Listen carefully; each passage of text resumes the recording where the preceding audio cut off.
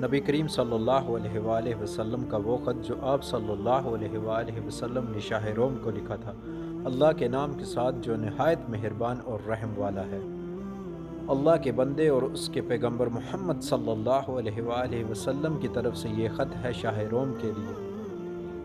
اس شخص پر سلام ہو جو ہدایت کی پیروی کرے۔ اس کے بعد میں آپ کے سامنے دعوت اسلام پیش کرتا ہوں۔ اگر آپ سلام لے آئیں گے تو آپ دین و دنیا میں سلامتی نصیب ہوگی اور اللہ آپ کو دوہرا ثواب دے گا، اور اگر آپ میری دعوت سے روگردانی کریں گے تو آپ کی ریا کا گناہ بھی آپ ہی پر ہوگا۔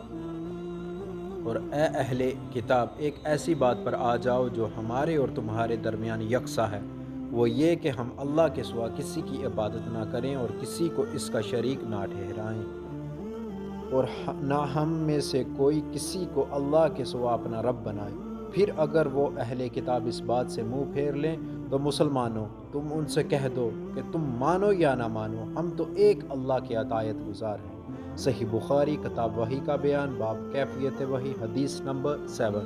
السلام علیکم۔